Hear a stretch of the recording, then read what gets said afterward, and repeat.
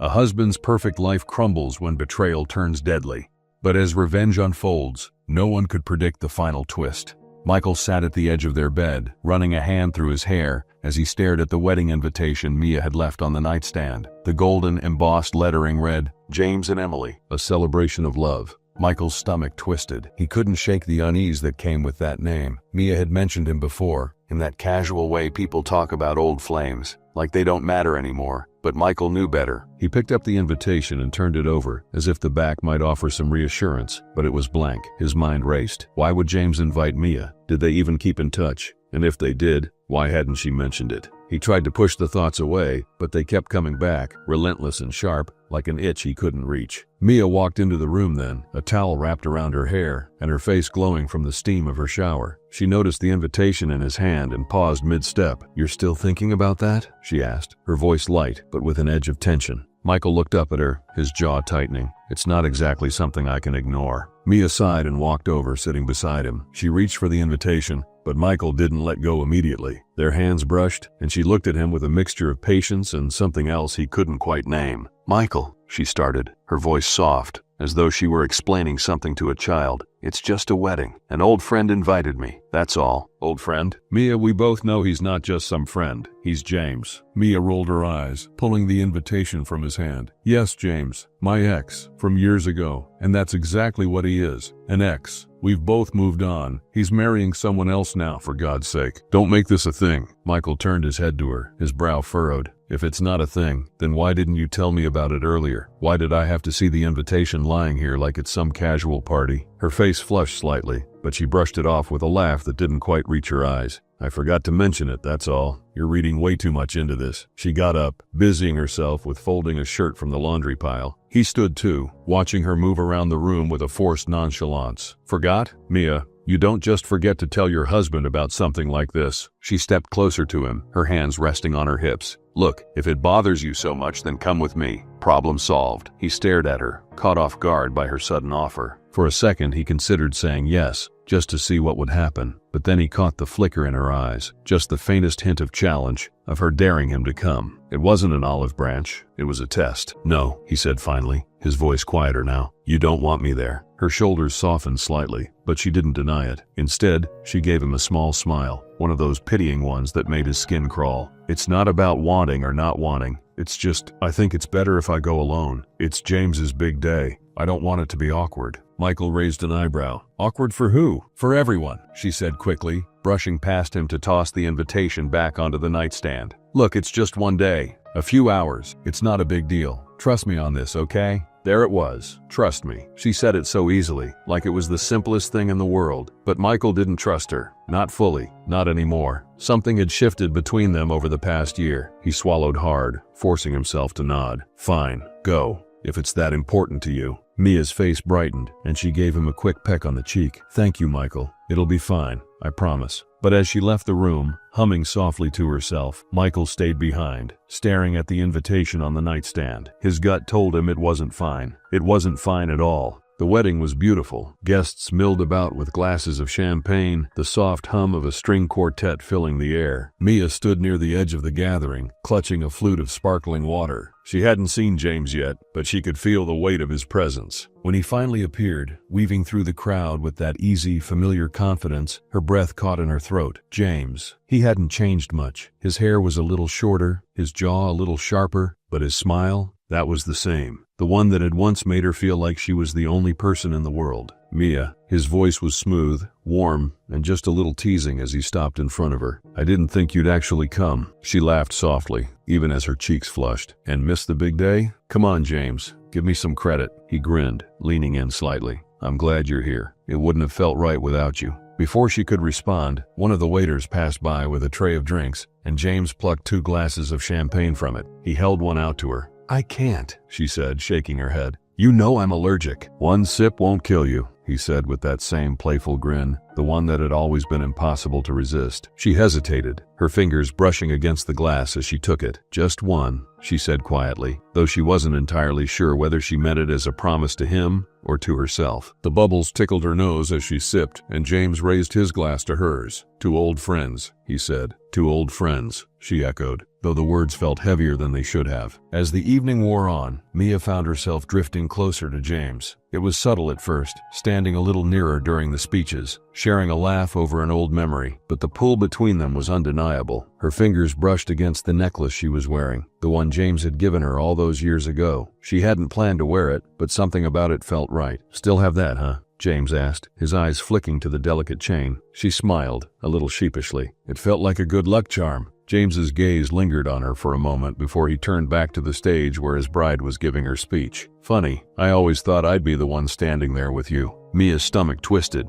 and she quickly downed the rest of her champagne, ignoring the slight burning in her throat. She didn't know how to respond to that, so she didn't. The next glass came easily, and the one after that. By the time the bride and groom shared their first dance, Mia had lost count. "You okay?" James asked, his hand brushing against her arm as they stood off to the side. "I'm fine," she said, though the room was starting to spin. "You don't look fine, Mia. Maybe you should sit down." His concern only made her more defensive. "Don't tell me what to do, James. I'm not some fragile little girl," he sighed, rubbing the back of his neck. "I'm just trying to help. You don't have to do this, you know." "Do what?" she snapped, her voice louder than she intended. "This." He gestured vaguely between them. "Drinking like this, acting like you don't care." Her chest tightened, anger and something else bubbling up inside her. "You don't get to judge me, James. Not after everything." "Mia," but before he could respond, Mia's knees buckled. The world tilted as she gasped for air, clutching at her throat. Someone screamed her name, and everything blurred. Back at home, Michael sat on the couch, the TV playing in the background. He'd tried to distract himself, watching a movie, scrolling through his phone, but nothing worked. His thoughts kept drifting back to Mia. A knot formed in his stomach as he flipped back to her texts. He typed out a quick message, "Miss you already," and then he stared at it, his thumb hovering over the send button. Was he being ridiculous? She'd probably just laugh it off, or worse, roll her eyes. He hit send before he could overthink it. The minutes stretched on as he waited for a reply, but none came. The call came late in the evening,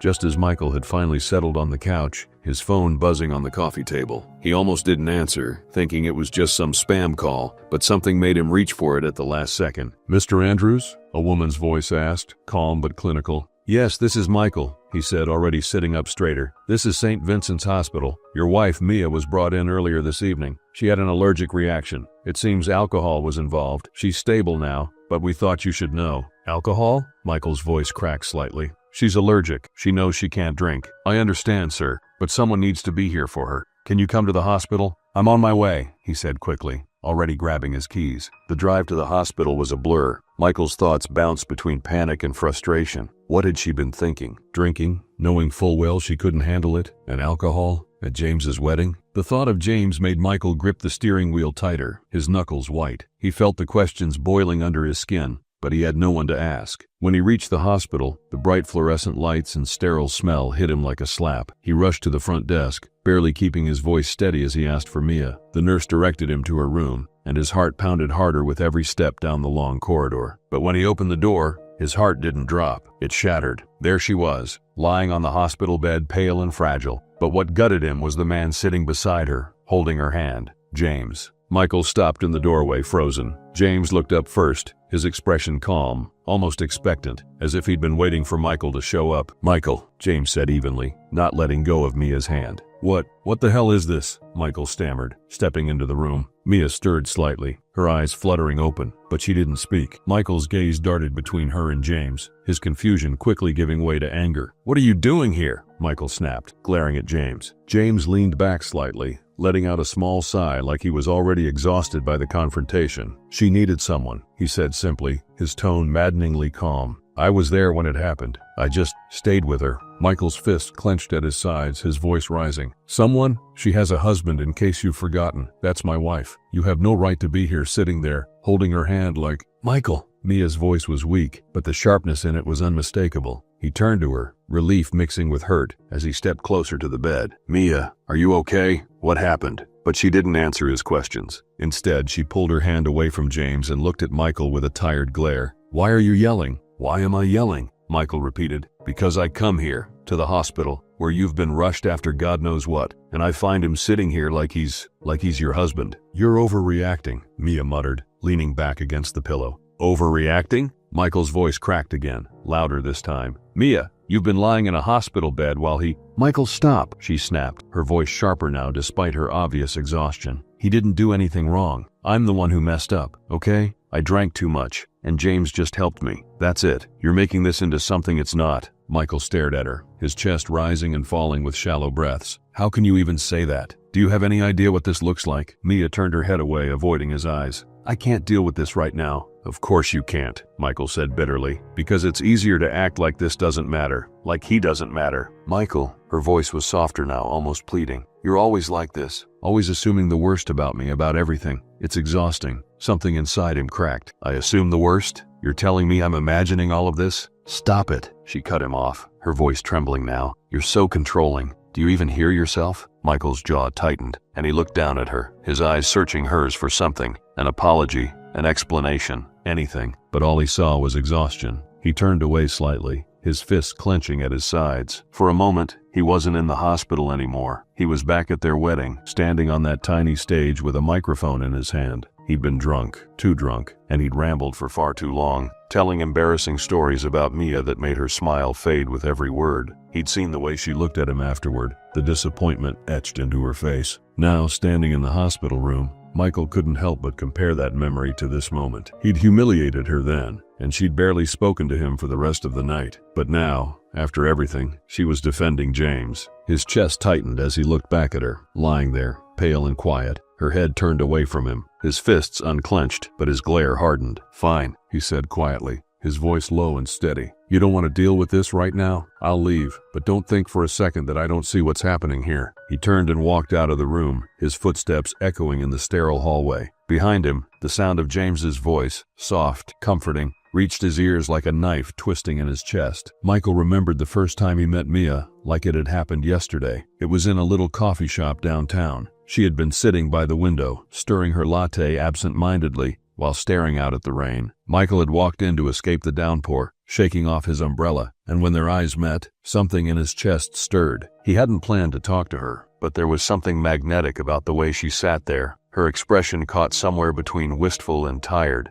like she was carrying the weight of something heavy. Before he even realized it, he was ordering a coffee and sitting down at the table across from hers, fumbling for an excuse to start a conversation. Waiting for someone? He'd asked, immediately regretting how awkward it sounded. No, she'd said, just thinking. That was how it started. They talked for hours that day, the rain turning the windows into soft, blurry canvases while they shared stories about their lives. Michael told her about his job, his plans, the things that kept him awake at night. Mia was a little more reserved, but she opened up just enough, how she was fresh out of a long-term relationship, how she felt lost and wasn't sure what came next. You don't strike me as the lost type, Michael had said, leaning in a little. You seem like you've got it all figured out. She had laughed, shaking her head. Trust me, I don't. I just fake it really well. He didn't push her to explain. He liked the way she laughed, the way her voice softened when she spoke about the things she loved. Books, art, traveling. By the time they left the coffee shop, the rain had stopped, and he had her number saved in his phone. Things moved quickly after that. Mia was everything Michael had ever wanted. Beautiful, smart, easy to talk to. She seemed to light up whatever room she walked into, and he found himself constantly drawn to her, like a moth to a flame. But looking back, Michael realized there had always been something off, even in the beginning. A year into their relationship, Michael found out about James. It was a Saturday afternoon, and Mia was out running errands. Michael had been searching for a book in the back of their closet when he stumbled upon a small shoebox tucked behind a stack of old sweaters. He wasn't trying to snoop, but the lid wasn't fully closed, and curiosity got the better of him. Inside, he found a collection of things, photographs, handwritten letters, and little trinkets that looked like souvenirs from trips. The photos were the first thing that caught his eye. There was Mia, younger, her hair a little shorter, smiling brightly at the camera. Next to her was a man Michael didn't recognize. They looked happy. Too happy. The kind of happiness that made Michael's chest tighten uncomfortably. The letters were worse. He knew he shouldn't read them, but once he picked one up, he couldn't stop. The handwriting was bold and messy, and the words felt too intimate for him to ignore. Michael dropped the letter as if it had burned him. His mind raced, piecing together all the little moments he'd brushed off. The hesitation in her voice when she talked about her past, the necklace she never took off, the times she'd seemed distant, like her mind was somewhere else entirely. James. That was his name. He didn't need to read all the letters to know that. He could feel it, like a shadow hanging over their relationship. Michael tried to shake the feeling, to focus on the present. Mia was with him now, not James. Mia was affectionate, but there was a part of her he could never quite reach. She gave him her time, her laughter, her kisses, but it always felt like she was holding something back, like part of her was still stuck in the past, in the life she'd had before him, and Michael ignored it. He told himself he was being paranoid, that he was overthinking.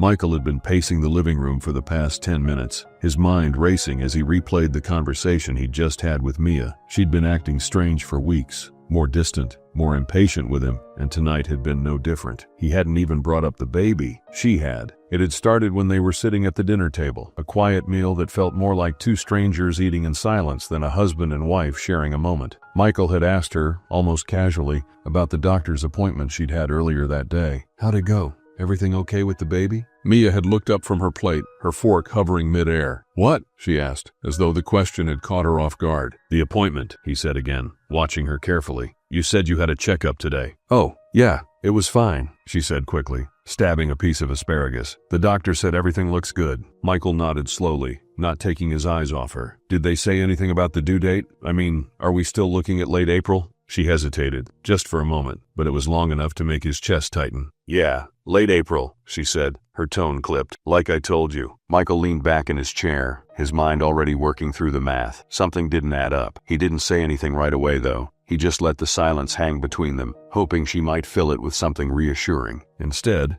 Mia broke the tension herself, blurting out, I hope the baby has your eyes. It was such a strange thing to say, and the way she said it, like she was forcing the words out, made his stomach twist. My eyes? He asked, leaning forward again. She nodded, avoiding his gaze as she reached for her glass of water. Yeah, your eyes. They're nice. Michael tilted his head, studying her. Mia, what's going on? She looked at him then, finally meeting his eyes, but there was something defensive in her expression. What do you mean, what's going on? Nothing's going on, Michael. You've been weird, he said, trying to keep his voice calm. Not just tonight, for weeks. You barely talk to me anymore. You avoid me half the time, and when I ask you about the baby, you get all cagey. So yeah, I'm asking, what's going on? Mia sighed, pushing her plate away and leaning back in her chair. You're imagining things. I've just been tired. Growing a baby is exhausting, Michael. Maybe you could try being a little more supportive instead of interrogating me every 5 seconds. Michael opened his mouth to argue, but she stood up before he could get a word out. I'm going to bed, she said, her tone final. You can sit here and overthink everything if you want, but I'm done for the night. And just like that, she was gone, leaving Michael sitting alone at the table, staring at her half-empty plate. Later that night,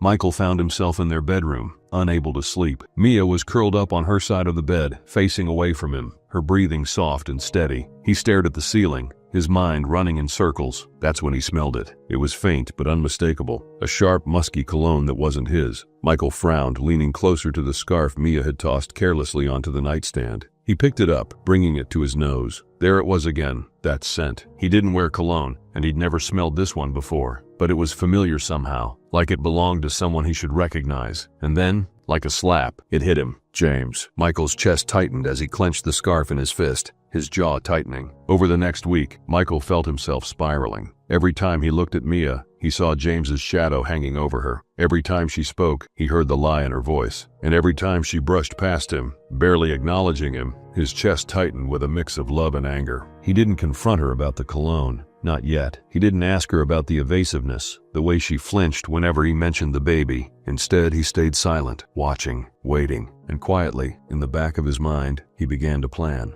The call came early in the morning, just as Mia was pouring herself a cup of coffee. She stared at her phone, watching it vibrate on the counter with the name of her father's assistant flashing across the screen. She hesitated for a moment. It wasn't unusual for her father's team to call. Finally, she answered, "Hello?" There was a pause on the other end, and then a shaky voice said, "Mia, I'm so sorry to have to tell you this, but your father passed away last night." Mia's breath caught, and she gripped the edge of the counter to steady herself. "What?" she whispered, her voice barely audible. "It was sudden," the assistant continued. "A heart attack. We're still in shock. I thought you should know right away." Mia barely heard the rest of the conversation. She stood there, The phone pressed to her ear as words like arrangements and details blurred together. When she finally hung up, she just stood there, staring blankly at the wall. Michael walked into the kitchen moments later, rubbing the sleep from his eyes. He immediately noticed her pale face and the way she was clutching the counter. "Mia," he said softly, stepping closer. "What's wrong?" She didn't look at him. "My dad," she said, her voice flat. "He's gone." Michael blinked, his face a mix of shock and confusion. "Gone? What do you mean gone?" "Dead," she said bluntly, the word sharp and cold. For a moment, neither of them spoke. Michael stepped closer,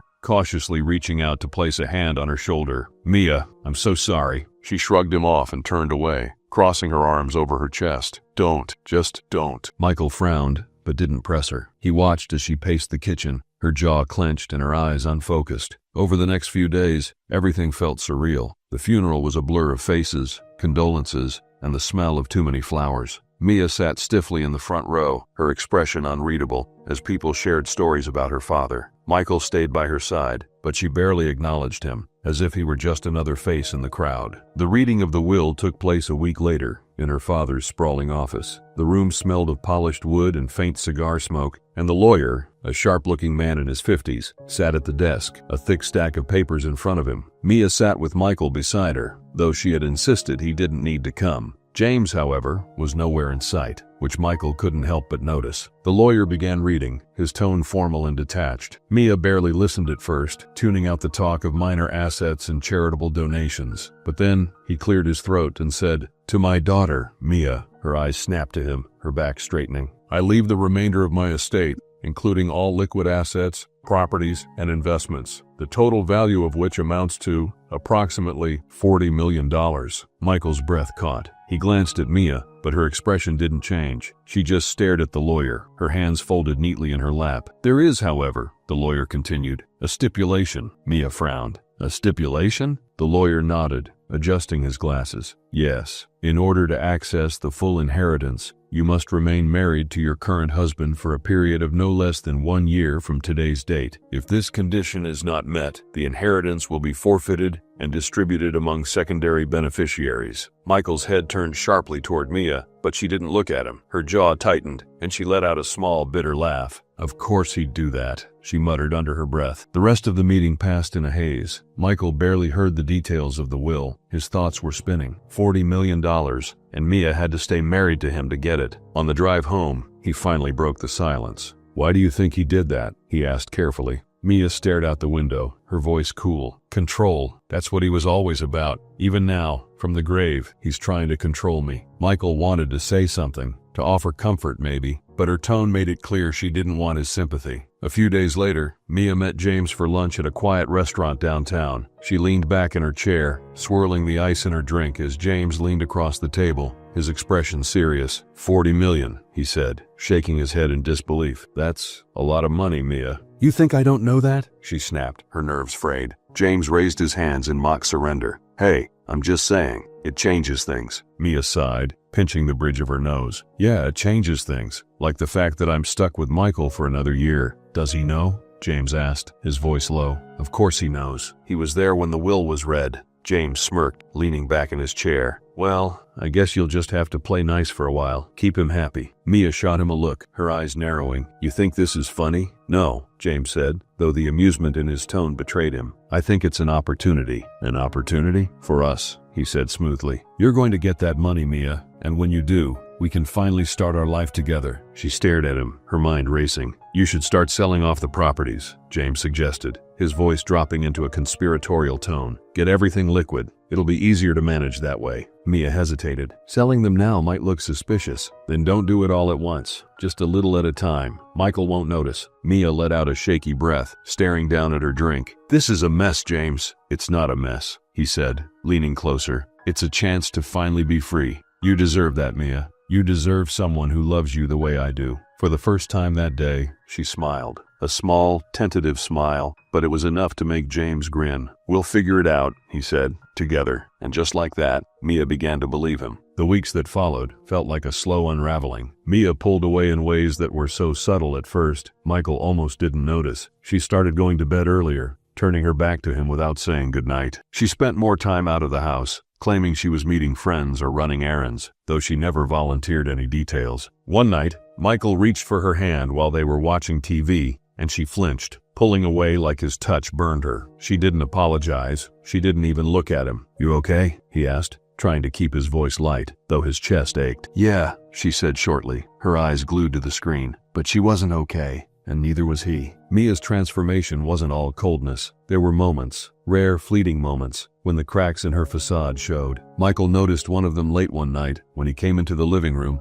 and found her sitting on the couch, staring at a framed photo she held in her lap. It was a picture of the two of them from their first anniversary. They were standing on a beach, smiling at the camera, the wind whipping through their hair. "What are you doing?" he asked softly, careful not to startle her. She looked up, her expression unreadable, and set the photo down on the coffee table. "Nothing, just looking." Michael sat down beside her, the cushion dipping under his weight. "I miss those days," he said, his voice almost a whisper. Mia didn't respond. She just stared at the photo for a moment longer before standing up and walking out of the room. But those cracks were rare. Most of the time, Mia seemed more confident than ever. She began dressing differently, sleeker, more polished, her closet filled with designer shoes and handbags, items Michael didn't recognize but assumed were bought with money from her father's inheritance. She began meeting James more openly, no longer bothering to hide the fact that she was spending time with him. She'd come home smelling faintly of expensive cologne, her lipstick smudged, her hair slightly out of place. It had become a routine. She'd come home late, offer some vague excuse about work or friends, and then disappear again the next day, leaving him alone with his thoughts. He'd stopped asking questions, stopped pressing her for answers, because he'd learned that all it did was push her further away. But it didn't mean he didn't notice. He noticed everything. For weeks, Michael had been playing the role of the perfect husband. He listened when she spoke, even when her words were laced with irritation. He offered to help with things she didn't need help with. He gave her space when she asked for it. He became everything she had once accused him of not being: patient, supportive, understanding. And it worked. Slowly, Mia seemed to let her guard down. She stopped snapping at him as much, stopped looking at him like he was in the way. But Michael wasn't doing it out of love, not anymore. Every kind word, every gentle touch, every reassuring smile was calculated. He wanted her to feel safe, to think he was clueless, so that when the time came, she wouldn't see it coming. He told himself he didn't enjoy the act, but part of him did. Part of him liked watching her fall for it, liked knowing that she underestimated him. One evening while Mia was in the shower, Michael passed by the open door of their bedroom. Her phone sat on the nightstand, the screen lighting up with a notification. He hesitated for a moment, glancing over his shoulder to make sure the coast was clear, before stepping inside. The message was from James. Michael stared at the screen, his jaw tightening as he read the words, "Can't wait to see you tomorrow. Wish I could hold you right now." His hand hovered over the phone, but he didn't touch it. Instead, he stepped back, leaving it exactly where it was. He didn't need to read more. The confirmation was like a knife twisting in his chest, but it wasn't entirely unexpected. The next night, Michael sat in the living room, pretending to watch TV, while Mia paced around the house, getting ready to leave. She was on the phone, her voice hushed, but not hushed enough. "I'll meet you at the hotel," she said, her back to him. "No, it's fine. He won't suspect anything." Michael clenched his fists, his nails digging into his palms, but he kept his expression neutral. When she finally left, he waited 5 minutes before grabbing his coat and car keys. The hotel was a small, upscale boutique place on the edge of downtown. Michael parked across the street, staying in the shadows as he watched Mia walk through the glass doors. She was dressed impeccably, her coat cinched tightly around her waist, her hair falling in loose waves over her shoulders. He waited 10 minutes before stepping out of his car, keeping his head low as he walked toward the entrance. Inside, he lingered near the lobby, pretending to look at a flyer for local attractions, his eyes darting toward the elevator. When the doors opened, he caught a glimpse of Mia stepping out on the second floor, James following closely behind her. They didn't see him. They were too busy laughing, their heads tilted toward each other like they were sharing some private joke. Michael didn't follow them upstairs. He didn't need to. Instead, he pulled out his phone and snapped a photo of the two of them together, his hands steady, despite the anger simmering beneath the surface. That night, Mia came home late, as she always did. Michael was in bed, pretending to be asleep when she slipped under the covers beside him. She didn't say anything, and neither did he. But as she turned her back to him, Michael opened his eyes, staring at the ceiling. A few days later, Michael overheard her talking to James on the phone again. She was in the kitchen, her voice low but filled with excitement. "We just have to be patient," she said. "A few more months, and this will all be behind us. He has no idea. It's almost too easy." Michael's blood ran cold, but he didn't let it show. Later that night, Mia met James at a restaurant. They sat in a secluded corner, their heads close together as they talked. "He's blind to everything," Mia said, her voice confident. "He doesn't suspect a thing." James smirked, leaning back in his chair. "Good. We'll be free soon enough." What they didn't know was that Michael was sitting a few tables away, hidden in the shadows. He watched them, his expression calm, his phone in his hand as he snapped another photo. As he left the restaurant, a dark smile played on his lips. They thought he didn't know. They thought they were in control, but they were wrong. In the following days, Michael began to shift. He smiled more, laughed at Mia's jokes, and offered to help around the house. He brought her flowers one evening, handing them to her with a soft smile. "What's this for?" she asked, eyeing him suspiciously. "Just because," he said with a shrug. "I thought you could use a little brightness in your day." Mia stared at him for a moment before giving him a tight-lipped smile. "Thanks," she said, taking the flowers and walking away. Michael watched her go, his expression unreadable. Mia paced the living room, her phone clutched tightly in her hand. James stood by the window, peeking through the curtains. His casual confidence had slipped just a bit, his jaw tight as he watched the street below. "Relax," Mia hissed, glancing at him. "No one's going to see you." James let the curtain fall back into place and turned to face her, his expression impatient. "I wouldn't have to sneak around like this if you just pulled the trigger on this whole thing. We're dragging it out for no reason." "I can't just pull the trigger," Mia snapped, lowering her voice when she realized how loud it had gotten. "You know why. The money, the timing. Everything has to be perfect." James ran a hand through his hair, sighing. "You keep saying that, but all it's doing is giving him more time to catch on. He's not as stupid as you think, Mia. He doesn't suspect anything," she said, though her tone wavered just enough to betray her own doubt. "He's been playing the doting husband, trying to win me over again. It's pathetic," James smirked. "Pathetic or not, he's in the way, and the longer we wait, the more chances we're giving him to screw this up." Before Mia could respond, the sound of a car door slamming outside made them both freeze. James's eyes widened, and Mia's stomach dropped. "No," she whispered, hurrying to the window. She peeked out and saw Michael stepping out of his car, a bag of groceries in his hand. "What the hell is he doing home?" James hissed, already moving toward the hallway.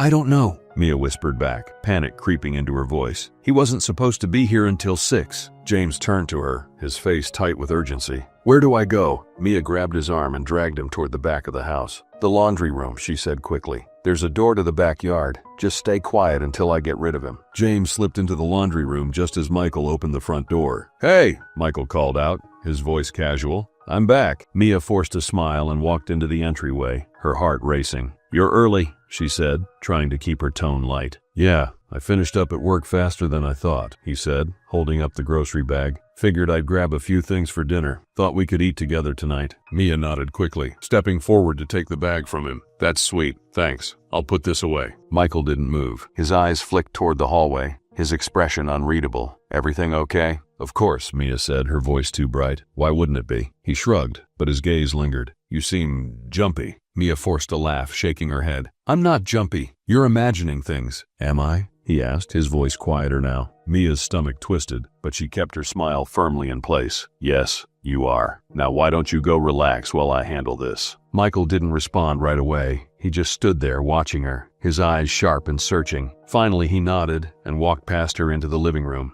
Mia let out a shaky breath and hurried to the laundry room. She opened the door just wide enough to whisper, "Go, now, through the backyard. Hurry." James slipped out silently, glancing over his shoulder before disappearing into the shadows. The next morning, Michael stood by the front door, talking to their neighbor, Mrs. Keller, who was watering her plants. "I saw Mia yesterday," Mrs. Keller said, her tone light and conversational. "Oh yeah?" Michael asked, his smile tight. "She was out on the back patio with some man," Mrs. Keller continued, her brows knitting together slightly. "Tall, dark hair. I didn't recognize him." Michael's smile didn't falter, but his jaw tightened. "A friend of hers, probably," he said smoothly. "Thanks for letting me know." Mrs. Keller nodded and went back to her plants, unaware of the storm brewing behind Michael's calm facade. That night, Michael set the table for dinner. Mia walked in, looking surprised at the effort. The table was set like something out of a romantic movie, candles flickering in soft light, 2 glasses of red wine poured and waiting, and Mia's favorite dishes arranged neatly on delicate white plates. The air smelled of roasted herbs and something faintly sweet, almost inviting. Michael stood at the counter, wiping his hands on a dish towel, a faint smile playing on his lips. He glanced at Mia, who was sitting at the table,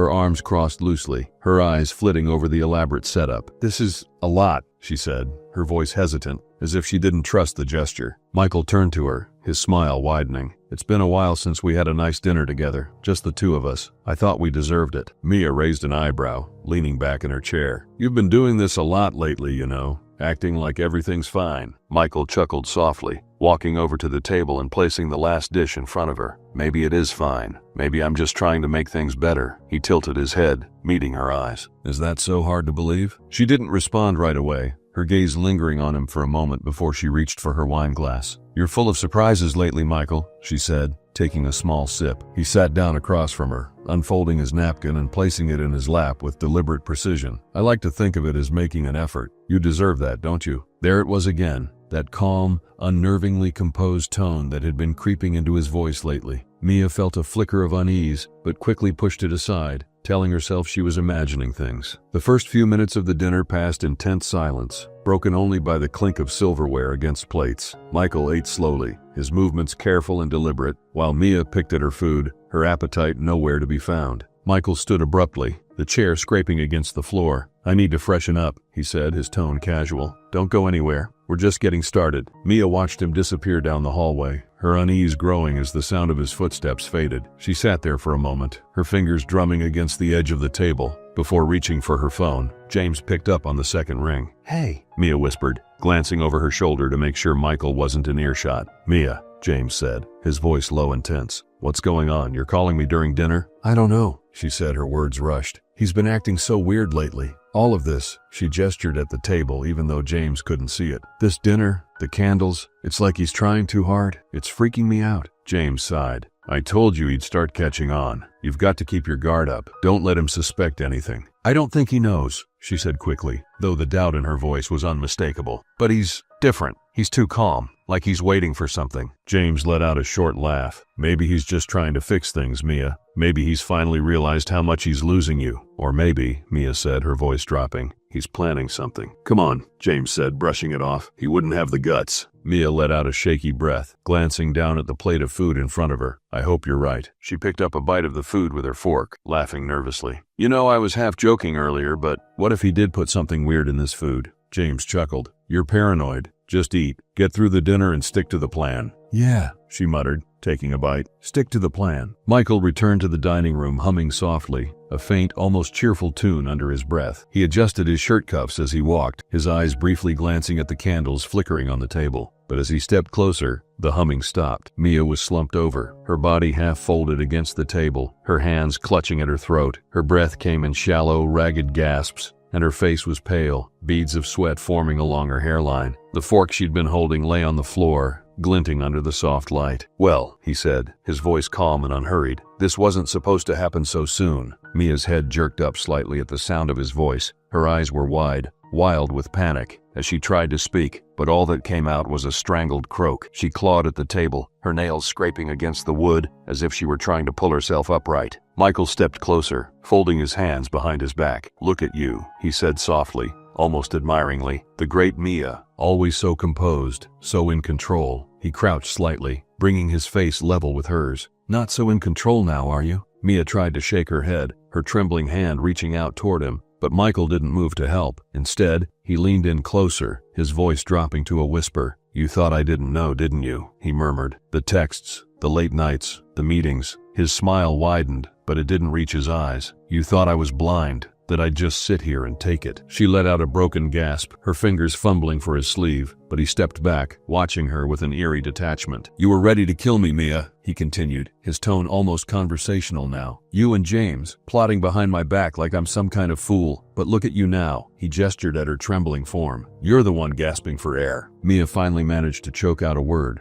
her voice barely audible. "Please." Michael raised an eyebrow, tilting his head as if considering her plea. "Please what?" Her voice cracked as she tried again, her words slurring together. "It wasn't me. It was him. James. It was all James. I didn't want this." Michael let out a soft laugh, shaking his head. "Oh, Mia, you've always been a good liar. But even now, at the end, that's pathetic." Her hand reached for his again, desperation etched into every strained movement. "We can fix this," she croaked, her eyes pleading. Please, Michael. Fix this? He repeated, his voice sharp with disbelief. You want to fix this? After everything you've done? He crouched down again, his face inches from hers. Tell me something, Mia. When you were planning my death, did you stop for even a second to think about fixing things then? Behind him, Mia's phone sat on the table, the FaceTime app still open, its last moments recording the flicker of flames and the faint shadow of Michael's retreating figure. James was still on the call, as he saw everything happening in front of him. Michael knew what needed to be done. There wasn't room for hesitation. Not now. Everything had to be precise. He moved with purpose, carefully lifting Mia's body into his arms. Her head lolled against his chest, her once sharp features now slack and lifeless. For a moment, something flickered in Michael's eyes. Regret, perhaps, but it was gone as quickly as it came. He carried her to the car, opening the trunk and gently placing her inside. The night was cold, and the moon hung low in the sky, casting a pale light over the driveway. He wiped his hands on his pants and took a deep breath before climbing into the driver's seat. As the engine hummed to life, Michael's mind raced. The beach. It had to be the beach. The tide would take care of everything, washing away the evidence, smoothing over the edges of his plan like the ocean smoothing jagged rocks.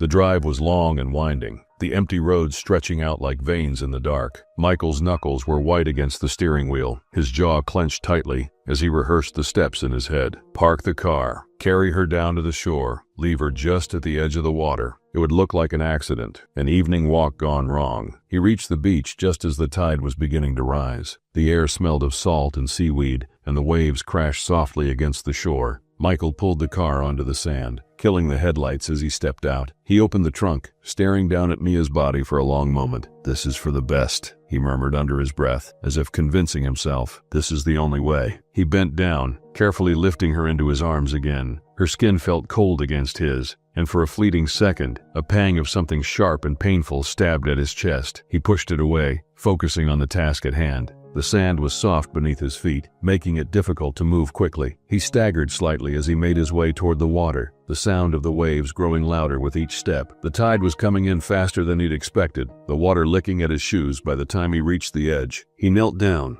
lowering Mia onto the wet sand. Her hair fanned out around her head, dark and glistening in the moonlight. Michael adjusted her position carefully, making it look as though she'd fallen naturally. But just as he started to step back, Mia's body jerked. Michael froze, his breath catching in his throat. He stared at her, his heart pounding as her chest rose weakly, a faint, strangled gasp escaping her lips. No, he whispered, his voice barely audible. Mia's eyes fluttered open, glassy and unfocused. Her lips moved, forming words that barely made it past her mouth. James, she choked out, her voice barely above a whisper. It was James. Michael knelt beside her, his hands hovering over her as if unsure whether to help or let her finish. His mind raced. She was alive. Barely, but alive. You should have stayed dead, he muttered, his voice low and bitter. His hand trembled as he reached out, pressing it firmly against her chest, forcing her back down into the wet sand. Her weak struggles faded quickly, her final breath escaping in a faint, rasping sigh. Michael stood, his chest heaving as he looked down at her. His hands shook, but his face was unreadable, locked in a mask of cold detachment. Far off in the distance, the sound of sirens broke through the night. Michael's head snapped up, his pulse spiking. Someone had tipped them off. James. Michael clenched his teeth, his mind flipping through his options. He sprinted back toward the car, the sand dragging at his feet like quicksand. The sirens grew louder, closer, their wailing echoing across the empty beach. He jumped into the driver's seat, slamming the door and throwing the car into reverse. The tires spun against the soft sand,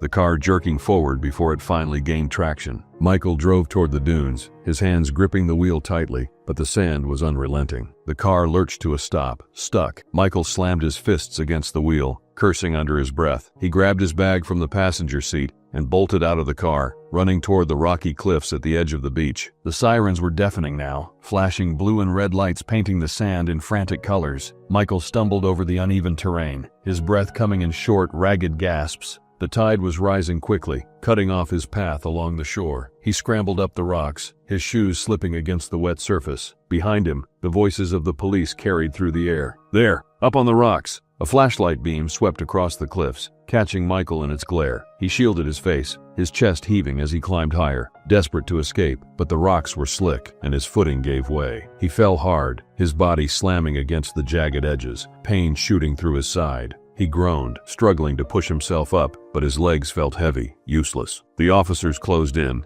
their voices sharp and commanding. "Michael Andrews, stop where you are. It's over." He turned to face them, his back to the ocean, the waves roaring behind him like a hungry beast waiting to swallow him whole. His eyes darted between the officers, the tension in his shoulders coiled so tightly it looked like it might snap. "Over!" he yelled, his voice hoarse and cracking under the weight of everything. "You think this is over?" The officers paused, their movements cautious, as they took slow steps forward. "There's nowhere left to go," one of them said. "Let us help you. Put your hands up." Michael laughed bitterly, his head tilting back as the sound tore out of him. "Help me," he echoed, shaking his head. Where was all this help when she was lying to me, when she was plotting behind my back? He jabbed a finger toward them, his voice rising. Where was all this help then, huh? The officers exchanged glances, their hands hovering over their belts, ready to act if needed. "We can talk about all of this," one officer said, his tone calm. "But you need to come with us. Let's end this the right way." Michael took a step back, his foot slipping slightly on the uneven ground. "The right way? You don't get it. You don't understand what she did to me." His voice cracked, a mix of rage and anguish pouring out of him. He jabbed a trembling finger toward the sky, his eyes wild. "I loved her. I gave her everything. And what did she do? She betrayed me.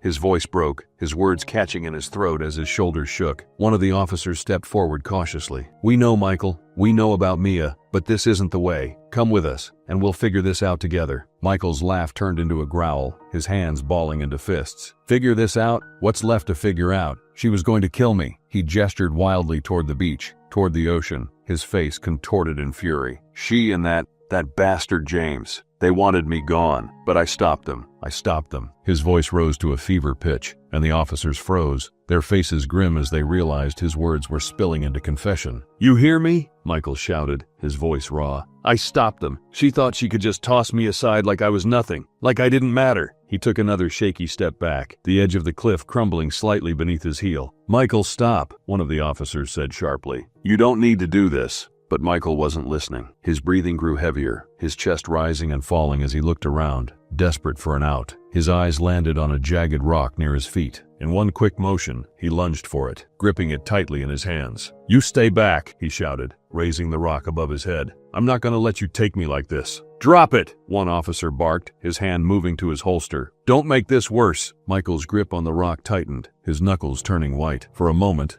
it looked like he might charge, but then his gaze flicked toward the ocean behind him. The water was rising quickly, the waves crashing against the base of the cliff, spraying mist into the air. His breath hitched, and something shifted in his expression. He took one slow step back, then another, his heels digging into the crumbling edge. "Michael!" one officer shouted, his voice urgent. "Don't do it!" But Michael turned his head, looking out at the endless expanse of water. His face was pale, his eyes wide, but oddly calm. He let out a soft, bitter laugh, shaking his head. "This was never supposed to end like this," he murmured, almost to himself. Before the officers could reach him, Michael stumbled. His foot slipped, the ground beneath him giving way as he tumbled backward. He hit the rocks below with a sickening thud, the sound swallowed almost instantly by the roar of the waves. The next morning, the news of Michael's arrest and subsequent fall spread like wildfire. The headlines splashed across every channel. "Husband's deadly revenge ends in tragic fall." James sat in his sleek modern living room, his feet propped up on the coffee table as he sipped his coffee. The news anchor's voice droned on in the background, recapping the grisly details of the case. Police are still piecing together the events that led to Michael Andrews' rampage. Sources suggest a tangled web of betrayal, greed,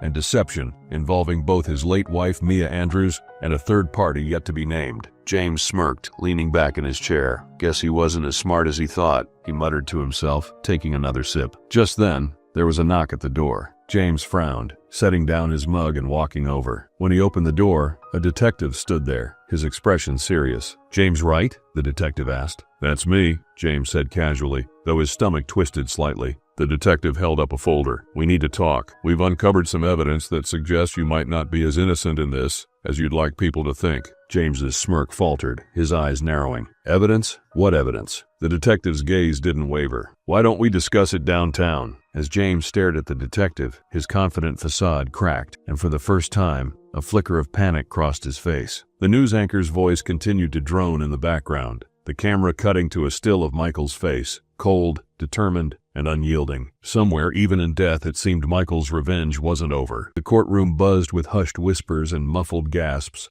as the bailiff called the court to order. Reporters lined the gallery, their cameras clicking frantically as Michael Andrews was led to the defendant's table. He looked thinner than he had in the photos the media had plastered everywhere. His suit hung just a little too loose on his frame, and his once meticulously combed hair was now disheveled, streaks of gray more prominent than before. He didn't look at the crowd or the jury as he sat down. His eyes remained fixed on the table in front of him, his hands folded tightly together. The whispers grew louder as the prosecutor, a tall woman with sharp features and an even sharper tongue, stood and approached the jury. "This is a story of love," she began, her voice calm but commanding. Or at least what someone thought was love. But love does not excuse murder. Love does not excuse calculated, cold-blooded revenge. Michael's lawyer, a weary man named Donovan, leaned over to him and whispered, "Don't react. Let her paint you as the monster. We'll show them the man." Michael nodded slightly, his face unreadable. The trial was as dramatic as the media had promised. The prosecutor laid out every grisly detail of the case: the poisoned dinner, the desperate chase, Mia's lifeless body found on the beach. She painted Michael as an obsessive, jealous husband who couldn't bear to lose control. "Mr. Andrews wasn't driven to madness by love," she said, her voice rising as she turned to the jury. "He was driven by pride, by greed. He saw his wife slipping away and decided that if he couldn't have her,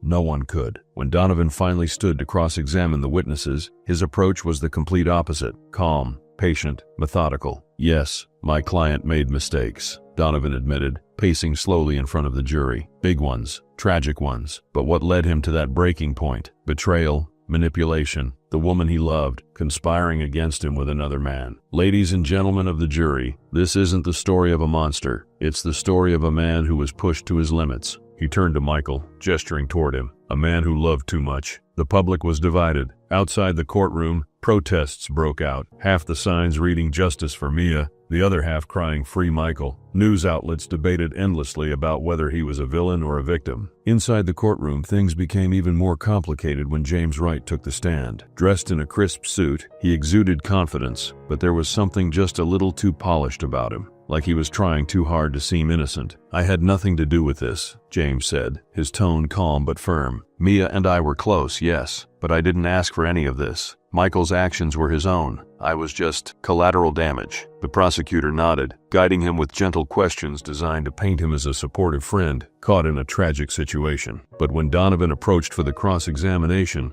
the tone shifted. "Mr. Wright," Donovan began, his voice smooth, "you were close to Mia, correct?" "Yes," James said, sitting a little straighter. "And by close, you mean intimately involved?" James hesitated. "We had a connection, yes." "A connection," Donovan repeated, his voice dripping with skepticism. "A connection that involved late-night meetings, text messages, and plans to use her inheritance to fund your failing business?" The jury stirred, and James's composure cracked for just a moment. I didn't." Donovan stepped closer, holding up a stack of printed messages. "These are text messages between you and Mia, recovered from her phone. In them, you discuss moving money into your accounts, leaving Michael behind, and let me quote this directly, getting rid of the dead weight. Care to explain that?" James opened his mouth, but no words came out. "And let's talk about your business," Donovan continued, his voice rising slightly. "According to financial records, you were over $500,000 in debt at the time of Mia's death. Isn't it true that you saw her as your way out?" "That's not true," James snapped, his face reddening. "Isn't it also true," Donovan pressed, stepping closer, "that you encouraged Mia to stay married to Michael long enough to secure her inheritance? That you wanted her to keep up the charade so that you could benefit from her father's fortune?" "I never," James started, but Donovan cut him off, turning to the jury. "Ladies and gentlemen, this is the man who claims to be a victim, a man who used Mia, manipulated her, and when things fell apart, threw Michael under the bus to save himself." James's jaw clenched, his hands gripping the edges of the witness stand. "You're twisting everything," he said through gritted teeth. "Am I?" Donovan asked, raising an eyebrow. "Or are you finally being seen for who you really are?" As the trial drew to a close, the jury was left with two narratives. One of a man driven to madness by betrayal, and another of a schemer who had manipulated his way into a fortune, only to lose everything.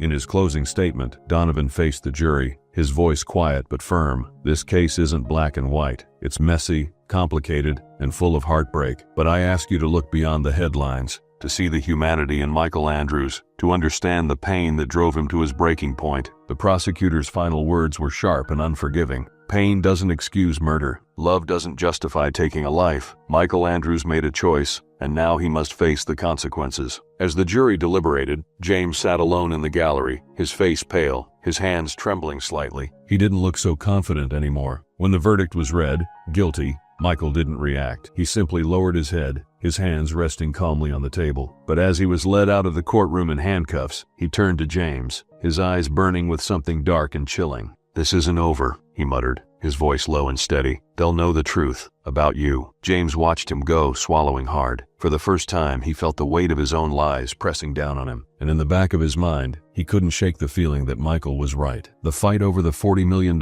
inheritance turned into a storm of chaos, the kind that spread like wildfire through tabloids and legal circles alike. Everyone wanted a piece of it, but no one seemed able to hold on to it. Michael, of course, was out of the picture. His conviction meant he had no legal claim to the money. Whatever fleeting fantasies he'd had of securing it through his elaborate plan had crumbled along with his freedom. The court documents were clear. The estate was no longer within his reach. But that didn't stop James, his lawyer flipping through thick stacks of paperwork while he stared out the window. "You still have a shot," his lawyer said, adjusting his glasses. "The child changes things. If we can prove Mia intended to use her inheritance to secure a future for her child, you could position yourself as its rightful custodian." James turned from the window, his expression hard. "You're saying I'd control the money through the baby?" The lawyer nodded. "Essentially, yes. It's not a guarantee, but it's a strong angle." James leaned against the table, his hands gripping the edge. "Mia's gone," he said quietly. "The baby is gone. But that money, she wanted it for us. She would have wanted me to have it." The lawyer didn't reply,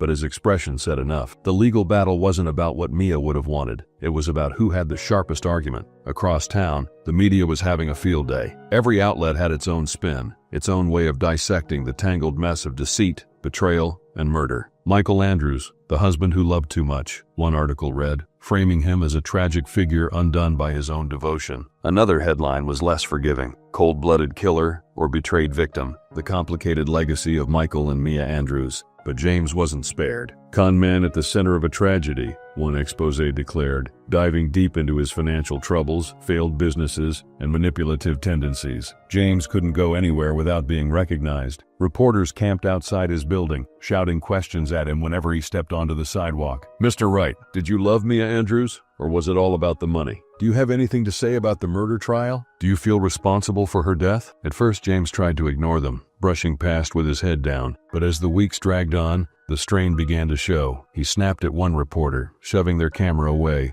and the footage made headlines the next day. James Wright loses his cool. Con man cracks under pressure. His carefully constructed image of charm and confidence unraveled. And when his wife finally filed for divorce, the final nail was hammered into his reputation. "You humiliated me," she told him during one of their last conversations, her voice trembling with anger. "You dragged me into your mess. And for what? A fortune you'll never see a penny of?" James didn't have an answer. Meanwhile, Mia's name hung in the air like a ghost, haunting every conversation about the case. Her face was everywhere. Photos of her smiling at charity galas, laughing with friends, walking hand in hand with Michael in happier times. But no one could agree on who she truly was. Some painted her as a victim, a woman manipulated by two men who saw her as nothing more than a means to an end. They spoke of her strained relationship with her father, her desperation to escape Michael, her vulnerability to James's smooth-talking promises. "She was trapped," one commentator said during a televised debate. "Trapped between a controlling husband and a greedy lover. She didn't stand a chance." Others were less forgiving.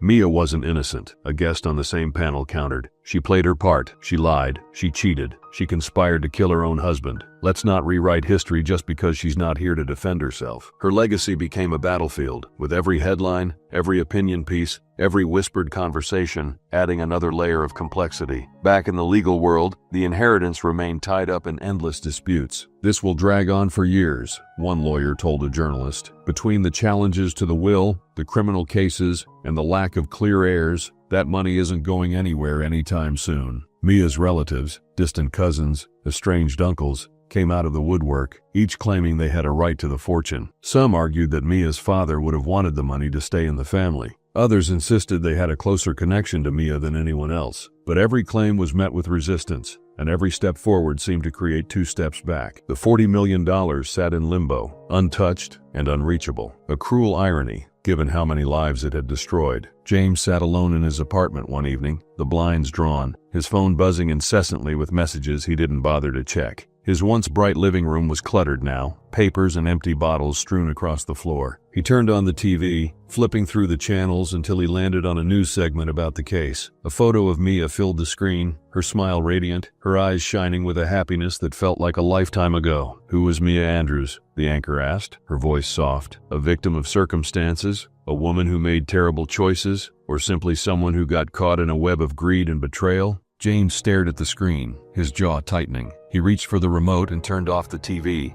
plunging the room into silence. He sat there for a long time, the shadows growing around him, the weight of everything pressing down on his chest. Mia was gone, the money was out of reach, and all he had left was the knowledge that he'd played his part in the destruction of it all. Somewhere, deep down, he wondered if Michael had been right, if the truth would eventually come out, if it wasn't already beginning to. The courtroom was packed, every seat filled, and yet the space felt eerily quiet. Michael sat at the defendant's table, staring blankly at the polished surface in front of him. His lawyer, Donovan, leaned in, whispering something, but Michael didn't respond. He hadn't said much to anyone since the trial began. The judge's voice cut through the silence. "The prosecution may present its final piece of evidence." The prosecutor stood, holding a manila envelope with an almost triumphant air. She approached the jury box, her heels clicking sharply against the floor. "Your Honor," she began, her voice steady, "this DNA report provides clarity on one of the most contentious aspects of this case, the paternity of Mia Andrews' unborn child." A murmur rippled through the courtroom. Michael's head snapped up, his brow furrowing.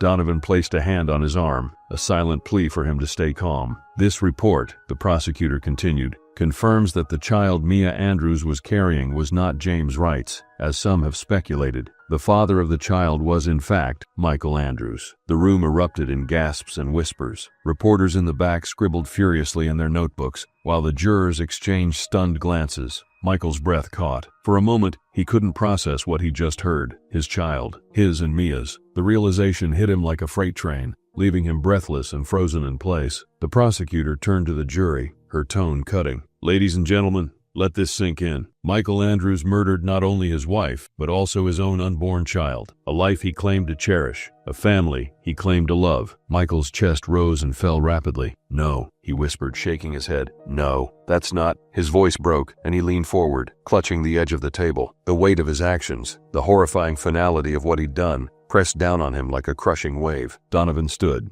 trying to redirect the court's attention. "Your Honor, this information does not change the facts of the case." But Michael didn't hear him. His mind was drowning in memories. Mia laughing, the two of them arguing, the night he held her lifeless body in his arms. He had convinced himself that the child was James's. That was what had driven his rage, what had justified, in his twisted logic, everything he'd done. But now it was just guilt. A deep, inescapable guilt that clawed at him from the inside. "I didn't know," he mumbled, his voice cracking. "I didn't know." The judge's sentence came swiftly. Life in prison without the possibility of parole. Michael barely reacted. As the verdict was read, he simply stared at the floor, his shoulders slumped, his face hollow. When the guards let him out of the courtroom, the reporters shouted questions, their cameras flashing relentlessly. "Michael, do you regret what you did? Michael, what do you have to say about the child?" But he didn't answer. He didn't even look up. James, meanwhile, sat at a cafe downtown, watching the news coverage on his phone. The headline scrolled across the screen. "Michael Andrews, sentenced to life in prison. Shocking paternity reveal. Leaves court stunned." James smirked, shaking his head.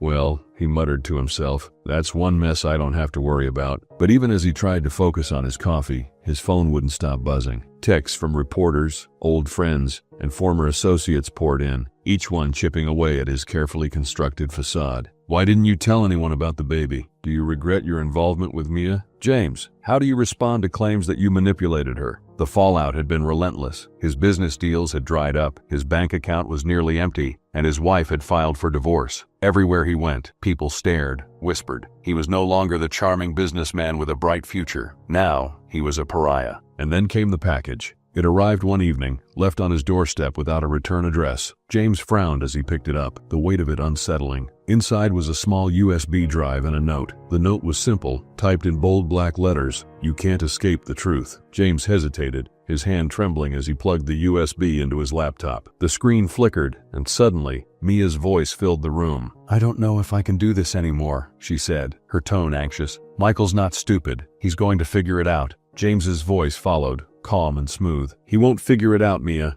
You just need to stick to the plan. Let him think everything's fine." The recording continued, their voices weaving a damning narrative of manipulation, deceit, and betrayal. James's stomach turned as he realized someone, maybe Michael, maybe someone else, had found this, and now they wanted him to remember. In the dark confines of his prison cell, Michael sat on the edge of the metal cot, staring at a letter in his hands. It had arrived that morning, addressed to him in neat handwriting. The letter was brief, but its words burned into his mind. Mia's inheritance remains unclaimed, her father's legacy tied up in greed and betrayal, just like she was. You were right. The truth always comes out. Michael folded the letter slowly, setting it on the small table beside him. He looked out through the bars of his cell, his gaze distant. "This was never supposed to end like this," he murmured, his voice barely audible, but there was no one there to hear him.